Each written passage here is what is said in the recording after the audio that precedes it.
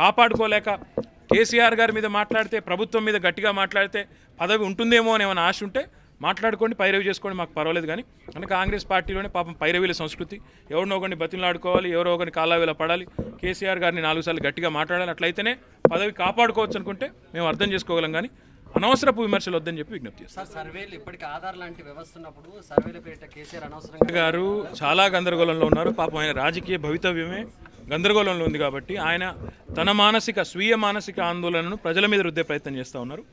ఎవరికీ ఎలాంటి ఆందోళన కూడా లేదు. సర్వే అనేది కేవలం మేము ఒక మంచి ఆలోచనతో చేస్తూ ఉన్నాం. ఆ మంచి ఆలోచన, మా సదుద్దేశం ఏంటంటే ప్రణాళికాబద్ధంగా పనులు జరగాలంటే రాబోయే 5 ఏళ్లలో ఈ కొత్త రాష్ట్రం కూడా గత రాష్ట్రం ఎదుర్కొన్న ఒడిదుడుకులు ఎదుర్కోకుండా సమగ్రమైన సమాచారంతో పనిచేయాలంటే తప్పకుండా కొంత అర్థవంతమైన ప్లానింగ్ జరగాల్సిన అవసరం ఉంటుంది. ఆ కోణంలోనే మేము కేవలం ఈరోజు సమాచారాన్ని సేకరిస్తున్నాం.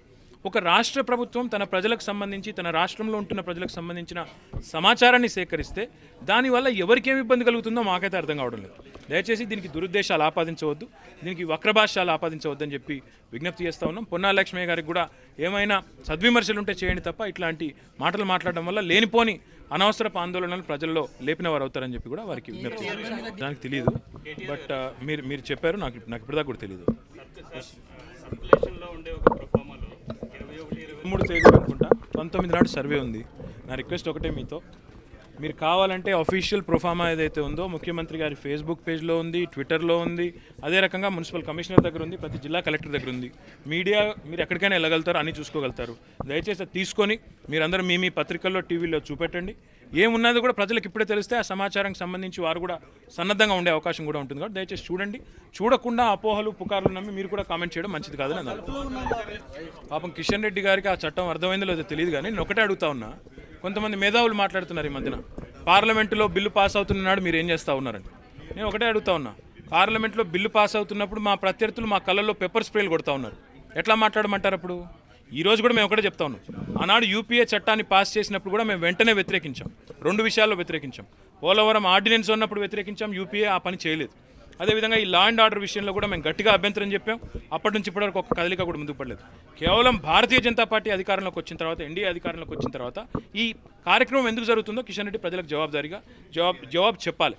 రెండవది, యూపీఏ చేసినవన్నీ మేము అమలు చేస్తామంటే, మరి యూపీఏ చేసిన తప్పులన్నీ మీరు చేస్తామంటే మీకు మళ్ళీ ఎన్డీఏ అనే పేరు ఎందుకు?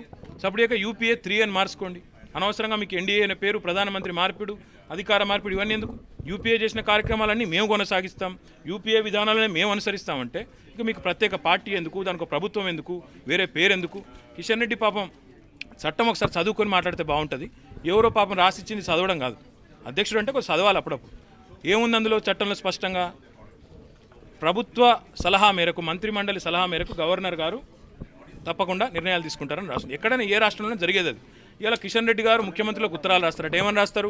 మా హైదరాబాద్ను వేరే వాళ్ళ చేతిలో పెట్టమని రాస్తాడా? నా పరాధీనం కావాలి హైదరాబాద్ అని మాట్లాడతాడా? ఏం మాట్లాడి రేపు అంబర్పేట ప్రజలకు ఏం సమాధానం చెప్తారు కిషన్ రెడ్డి? ఏమైనా అర్థం ఉందా ఆయన మాట్లాడే మాటలకి? ఇలా సోనియా గాంధీ తప్పు చేసిందని మాట్లాడుతున్నారు. సోనియా గాంధీ తప్పు చేస్తే మోడీని ఒప్పు చేయమనండి, మార్చమనండి. తప్పులన్నీ వాళ్ళు చేసిన తప్పులే మేము చేస్తామంటే మీకు వాళ్ళకి తేడా అయిందని మేము అడుగుతాం. అందుకే కిషన్ రెడ్డి గారు ఆలోచించే ముందు 1-2 సార్లు మాట్లాడాలి, ఆలోచించుకోవాలి. ఇంకోటి, ఎవరైనా రాసిచ్చిన స్క్రిప్ట్ చదివే ముందు కొంత, వెంకయ్యనాయుడు గారు ఇంకోరు రాసిచ్చిన స్క్రిప్ట్ చదివే ముందు 1-2 సార్లు ఏం రాసిచ్చినో కూడా చదువుకొని మాట్లాడితే ఆయన కూడా కొంత గౌరవం. Thank you.